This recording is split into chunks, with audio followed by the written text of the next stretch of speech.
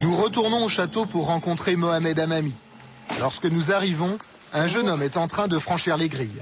L'école de Monsieur Hamami, c'est bien ici? Je sais pas. J'en sais rien, moi je suis juste venu voir mon petit frère ici. Ah, votre petit frère est à l'école ici? Et qu'est-ce qu'il apprend ici? Le Coran. Il a appris tout le Coran par cœur alors. Et il veut continuer. Bah. Il a appris tout le Coran par cœur? Et ça fait combien d'années alors à peu près qu'il est en cours ici?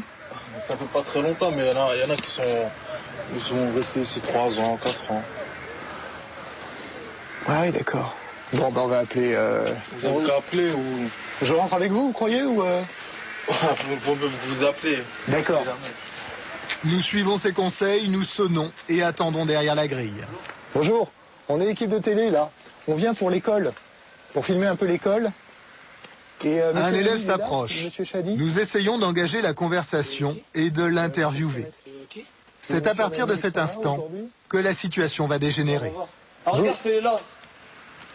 Et vous, ça fait longtemps que vous êtes élève ici? Ouais. Combien de temps à peu près? 2 ans. Et vous apprenez le Coran par cœur alors? On va dire la moitié. La moitié? Il faut combien de temps? Parce que moi, ça me... Il faut combien de temps pour apprendre le Coran par cœur? Votre caméra là, prenez qui là? Quoi? Qui gêné? Oh non, faut s'énerver comme ça. Regarde ça, la gueule de carte main. Regarde calme, calme. De quel droit vous filmez, vous? Bah, on est venu voir, j'ai sonné. Vous prenez pour qui là? Vous filmez comme ça là? Prenez là, moi je suis bête. Ouais, France, c'est pas police que vous avez fait là. Hein? Je suis vraiment fâché, parce que ça, c'est pas une façon démocratique de travailler, là. Monsieur, on peut filmer quand on est dans la rue. Vous n'avez pas le droit de filmer, c'est un lieu privé. Ça veut dire quoi, ça? Je viens devant chez vous, je vous filme. C'est une atteinte à la vie privée, ça. Qu'est-ce que c'est que ces manières-là? Vous n'êtes pas dans la rue. Déjà, vous refilez, vous n'êtes pas dans la rue. Vous demandez une autorisation. J'appelle la police, sinon, hein? Ah oui, appelez. Autorisation avant. On sonne à la porte. Monsieur, est-ce qu'on a le droit de filmer? J'ai sonné à la porte. Qu'est-ce que c'est que cette manière-là? Vous êtes qui, vous? Vous êtes qui pour filmer? On essaie de télé. Et alors, vous êtes l'équipe de télé? Et alors? On est l'équipe de Vous télé. on prévient avant. Et alors, pourquoi vous venez comme J'ai ça? appelé Monsieur Hamami plusieurs fois. Et alors? On n'était pas là pour vous recevoir. On n'accepte pas de vous recevoir. Bah, si vous ne m'acceptez pas, là j'ai le droit de filmer ici. Vous n'avez pas le droit de filmer. Je vous appelle. Vous n'avez pas le droit de filmer, je vous dis. Je vais la casser. Vous n'avez pas le droit de filmer. Si vous la cassez, vous allez avoir des problèmes avec la justice. C'est pas grave, on aura des problèmes. Mais je veux pas voir vous dégager. Mais qu'est-ce que vous prenez pour qui, là? Sous le choc, la caméra s'éteint. Le groupe d'hommes se jette sur nous et vole la caméra. L'attaque a été très violente. Jérôme, notre ingénieur du son, gît dans le fossé. Il est blessé. Il a son coup de pied visage, c'est violent. L'un des agresseurs lui a asséné un coup de pied en plein visage. Pas mal dans le dos. D'accord.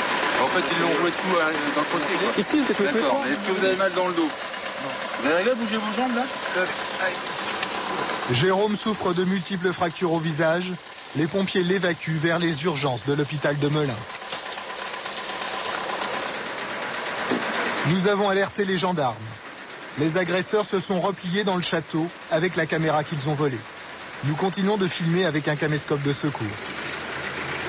Soudain, des hommes sortent du château. Nous réussissons à identifier 4 de nos agresseurs. Les gendarmes les arrêtent aussitôt. Ils sont immédiatement emmenés pour être placés en garde à vue. Parmi eux, Mohamed Hamami, le président de Foi et Pratique, mis en examen pour vol avec violence en réunion. Son fils, Morsen Hamami, trésorier adjoint du conseil régional du culte musulman, mis en examen pour vol avec violence en réunion. Aujourd'hui, les 2 hommes sont placés sous contrôle judiciaire. Le père a dû payer une caution de 13 000 € pour pouvoir rester en liberté provisoire.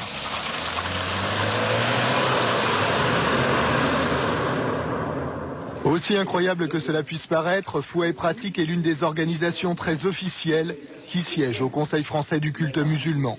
Le fameux CFCM créé l'année dernière par Nicolas Sarkozy dans un but bien précis.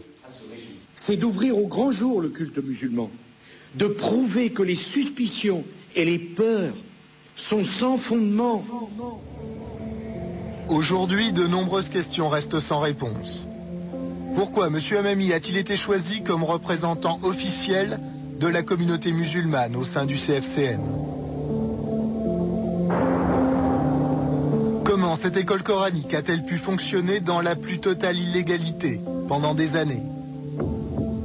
Quel secret se cache derrière ces grilles? Enfin, après l'agression, les responsables officiels du Tablir nous ont appelés pour se démarquer de M. Hamami. Nous avons proposé de les interviewer. Une fois de plus, ils ont préféré se murer dans leur silence. Jérôme Florenville, le preneur de son de notre équipe, a passé 8 jours à l'hôpital. Il souffre toujours des séquelles de l'agression et ne pourra reprendre son travail que dans plusieurs semaines.